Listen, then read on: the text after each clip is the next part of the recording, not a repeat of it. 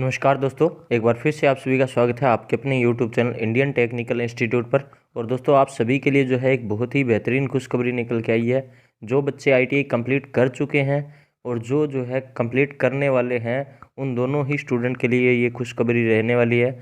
तो वीडियो को कंप्लीट देखिएगा। इस वीडियो में मैं आपको बताने वाला हूँ कि आपके लिए जो है गुजरात मेट्रो रेल कॉरपोरेशन के अंदर एक भर्ती निकल के आई है। जो भी आईटीआई वाले बच्चे हैं उनके लिए, जो भी डिप्लोमा वाले बच्चे हैं उनके लिए। तो आपको कंप्लीट बताने वाला हूं कि आपके लिए कौन कौन सी पोस्टें रहने वाली है और किस कैटेगरी में आप फॉर्म भर सकते हैं। साथ में जो है कितनी तारीख से आपके फॉर्म स्टार्ट होने वाले हैं और कब तक फॉर्म भर पाएंगे, कितनी आपकी फ़ीस रहेगी, क्या आपका क्वालिफ़िकेशन क्राइटेरिया है, कितना आपको पे स्केल रहेगा, एग्ज़ाम पैटर्न क्या रहेगा, वो सारी की सारी जो चीज़ें हैं एक ही वीडियो के अंदर आपको डिटेल से मिल जाएगी। तो वीडियो को कंप्लीट देखिएगा। दूसरा, अगर आप चैनल पर पहली बार आए हैं तो चैनल को सब्सक्राइब कर लीजिएगा, क्योंकि आईटीआई फील्ड के अंदर इसी तरह की नॉलेजेबल आपको जो है वीडियोज़ इस चैनल के ऊपर आपको मिलती रहती है। तो चलिए दोस्तों, देखते हैं कि वैकेंसी के अंदर आपके लिए क्या क्या डिटेल दी गई है।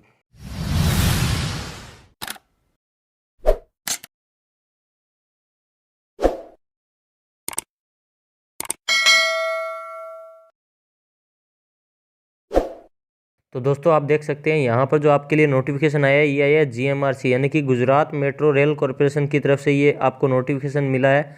जिसके अंदर आप देखिए ये आया हुआ है 20 तारीख को, यानी कि 20 दिसंबर को ये नोटिफिकेशन आया था। अब इसके अंदर देखिए आपके लिए 2 पोस्टें जो है वो आपकी रखी गई है, लगभग नॉन एग्जीक्यूटिव रिक्वायरमेंट। देखिए यहाँ पे लिखा हुआ ना, रिक्वायरमेंट फॉर जो है आपका ओएम प्रोफेशनल, यानी कि नॉन एग्जीक्यूटिव के नाम से आपकी पोस्टें रखी गई है। जिसके अंदर आप देखिए यहाँ पर आपको दिया गया है कि ऑनलाइन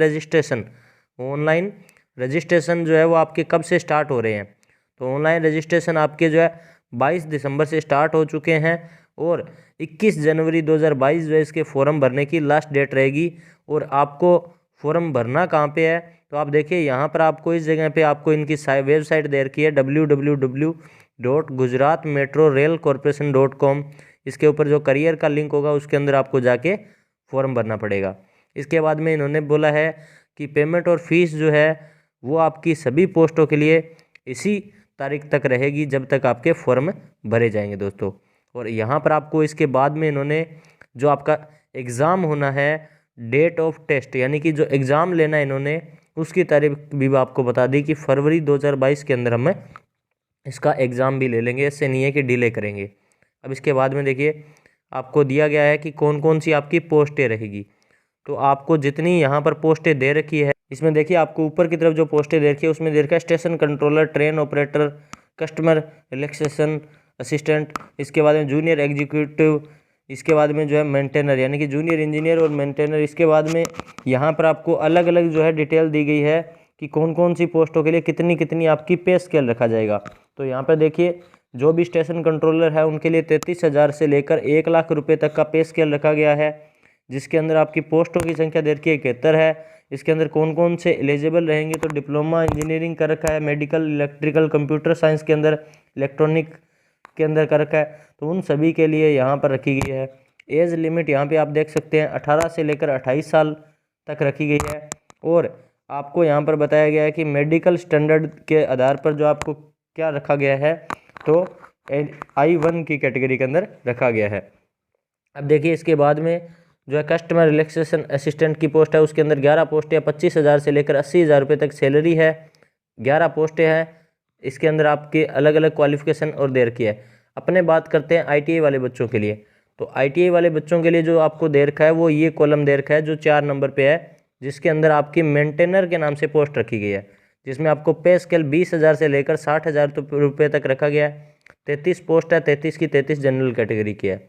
इसके बाद में जो है यहाँ पर आपको बोला गया है कि SSLC पास होना चाहिए, 2 year trade in fitter, electrician और इलेक्ट्रॉनिक्स, यानी कि फीटर, इलेक्ट्रीशियन और इलेक्ट्रॉन वाले जो बच्चे हैं वो इसके अंदर एलिजिबल रहेंगे दोस्तों। अब इसके बाद में 18 से लेकर 25 साल, यानी कि 18 से लेकर 25 साल तक एज जो है वो आपकी होनी चाहिए और B1 कैटेगरी के अंदर आपको रखा गया दोस्तों। अब इसके बाद में जो है यहाँ पर आपको इम्पोर्टेंट कुछ इंस्ट्रक्शन दी गई है, तो जिसके अंदर आप देखिए यहाँ पर आपको बोला गया है कि आप केवल और केवल जो है एक ही पोस्ट के लिए एलिजिबल रहेंगे, यानी कि आप केवल और केवल एक ही पोस्ट के लिए आप फॉर्म अप्लाई कर सकते हैं। इसके बाद में दूसरा बोला गया है कि candidate after selection are likely to be posted at Ahmedabad and Gandhinagar, यानी कि आपको गांधीनगर और अहमदाबाद के अंदर पोस्टिंग मिलने वाली है। और अगर इनके कोई अन्य अदर प्रोजेक्ट होंगे, यानी कि इनके जीएमआरसी के कोई अदर प्रोजेक्ट होंगे, तो वहाँ पर भी आपको पोस्टिंग मिल सकती है।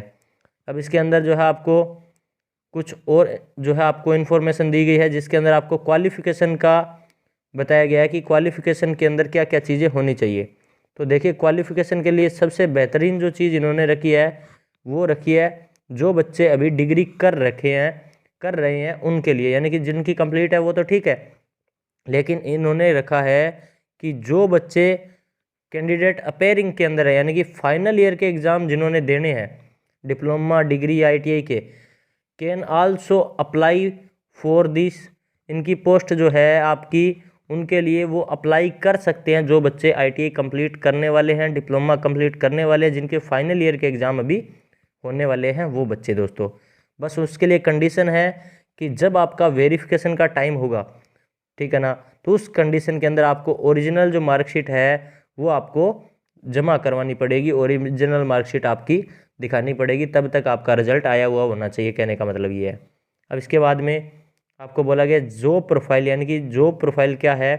अब देखिए यहाँ पे अपने मेंटेनर की बात करते हैं, तो मेंटेनर के लिए यहाँ पर दिया गया है आपको कि आपको यहाँ पर जॉब प्रोफाइल के अंदर आपको अलग अलग जगह पे क्या क्या काम रहेगा आपका, वो काम के बारे में लिफ्ट्स के अंदर है, इसके अलावा ट्रैक है, इनके अंदर जहाँ जहाँ पर आपका काम रहेगा उसके अंदर आपको काम के बारे में बताया गया कि काम आपका क्या रहेगा। अब बात आती है सिलेक्शन प्रोसेस की। तो सिलेक्शन प्रोसेस सबसे इम्पोर्टेंट जो चीज़ होती है वो यही होती है कि एग्ज़ाम का जो पैटर्न है वो आपका क्या रखा जाएगा। तो देखिए यहाँ पर आपको एग्ज़ाम का जो पैटर्न है वो आपको दिया गया है, जिसके अंदर बोला गया है कि रिटन टेस्ट होगा। रिटन टेस्ट में 2 पार्ट रहेंगे, जिसमें पहला जो टेस्ट होगा उसमें 100 क्वेश्चन है, दूसरे जो पार्ट है उसमें 20 क्वेश्चन रहेंगे। और जो आपका दूसरा पार्ट है उसमें गुजराती लैंग्वेज रखी गई है, और गुजराती लैंग्वेज जो है उसके अंदर आप जो है फॉर्म अप्लाई करेंगे तो आपको गुजराती लैंग्वेज जो है सीखनी पड़ेगी, क्योंकि आपको इन्होंने बोला है कि गुजराती जो लैंग्वेज है वो कंपलसरी है, जिसके अंदर आपको पासिंग मार्क्स 60%, अगर कोई जनरल कैटेगरी का तो उसको लेने पड़ेंगे, और अगर कोई जो SC ST OBC कैटेगरी का तो उसको 50% मार्क्स लेने पड़ेंगे। तो आपको गुजराती लैंग्वेज के अंदर आपको पास होना ही पड़ेगा। उसके बाद में जो है इन्होंने एक बात बोल दी कि दी मार्क्स इस Gujarati language will not be constructed with merit list, यानी कि आपके ये जो 20 नंबर के जो पास होंगे पासिंग मार्क्स होंगे वो आपके मेरिट लिस्ट में कोई काम नहीं करने वाले हैं। जो मेरिट लिस्ट बनेगी वो आपकी 100 नंबर के अकॉर्डिंग ही बनेगी। तो ये इम्पोर्टेंट चीज़ है कि आप जो है अदर स्टेट से हैं तो आप अप्लाई कर सकते हैं, आप अदर स्टेट से तो आप अप्लाई कर सकते हैं, लेकिन इन्होंने कहा कि 20 नंबर की जो है हम गुजराती लैंग्वेज रखेंगे, इसका मतलब गुजराती लैंग्वेज का बच्चे को नॉलेज होना चाहिए। अब देखिए इसके बाद में जो एग्ज़ाम पैटर्न यहाँ पर आपको ट्रेन ऑपरेटर या स्टेशन कंट्रोलर का दे रखा है। अपने मेंटेनर की बात करते हैं तो देखिए यहाँ पर मेंटेनर का जो आपको यहाँ पर दिया गया है कि मेंटेनर के लिए क्या आपका रहेगा एग्ज़ाम पैटर्न।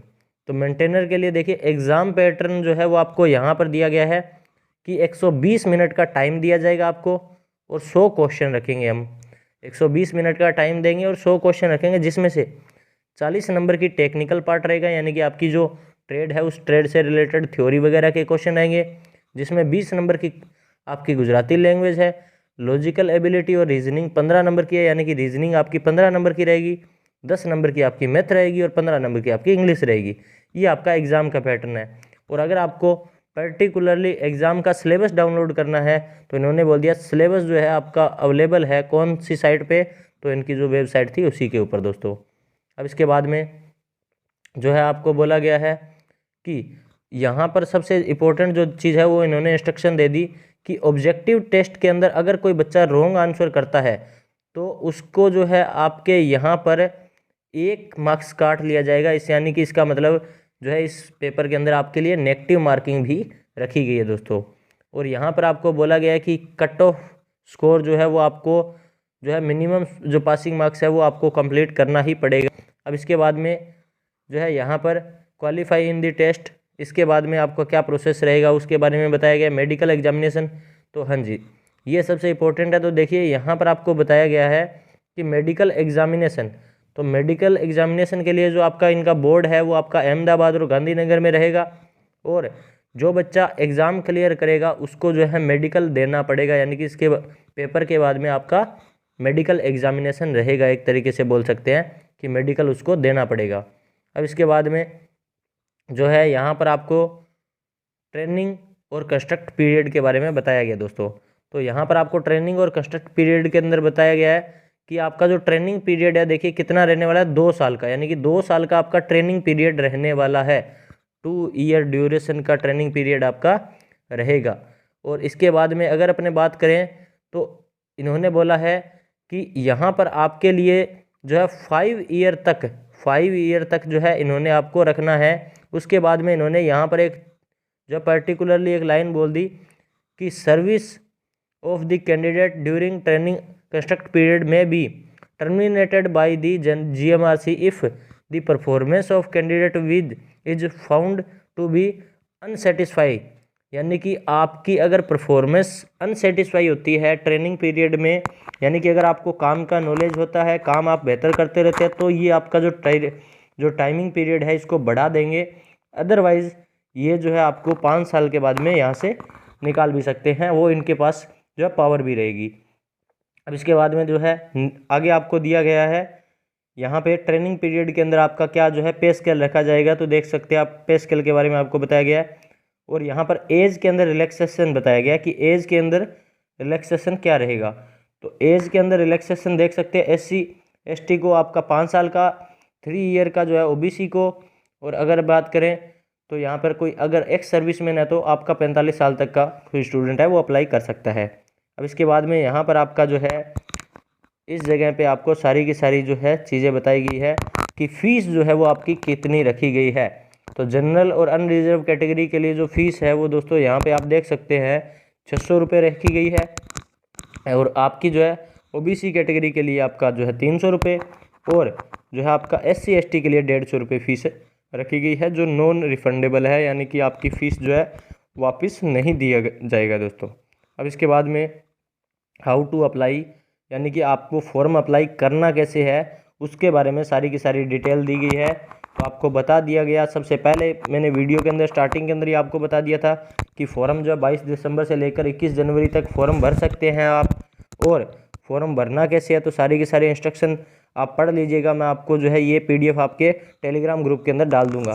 और यहाँ पर आपको बता दिया गया है कि कहाँ पर जाके आपको फॉर्म भरना है। तो आपके लिए सबसे इम्पोर्टेंट चीज़ यही है कि इनकी जो ऑफिशियल वेबसाइट है www.gujaratmetrorail.com, उसके ऊपर जाके करियर के सेक्शन में जाके आपको फॉर्म अप्लाई करना है। तो दोस्तों उम्मीद करता हूँ कि ये जो है वीडियो काफ़ी बच्चों के लिए इम्पोर्टेंट रहेगी, क्योंकि ITI कर रहे बच्चे हैं तो उनके पास एक बेहतरीन मौका है अपने नॉलेज को टेस्ट करने का कि आप जो है आगे आने वाली जो भर्तियां हैं उनके लिए कहां तक तैयार है।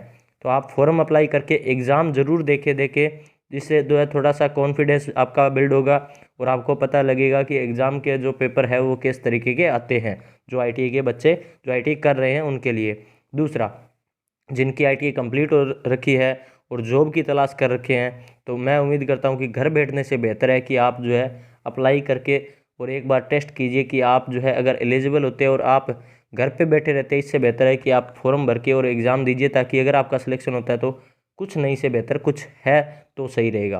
तो उम्मीद करता हूँ कि ये वीडियो आपके लिए काफ़ी इंपॉर्टेंट रही होगी। और अगर वीडियो इंपॉर्टेंट रही है और आपको अच्छी लगी है तो आप जो है चैनल को सब्सक्राइब कीजिए और वीडियो को लाइक कीजिए, और अपने जितने भी व्हाट्सएप ग्रुप्स हैं उन सभी में वीडियो को शेयर कीजिए। और अगर कोई डाउट है तो नीचे कमेंट सेक्शन के अंदर कमेंट भी आप करके पूछ सकते हैं। मिलेंगे आप सभी से नेक्स्ट वीडियो में, तब तक के लिए जय हिंद जय भारत दोस्तों।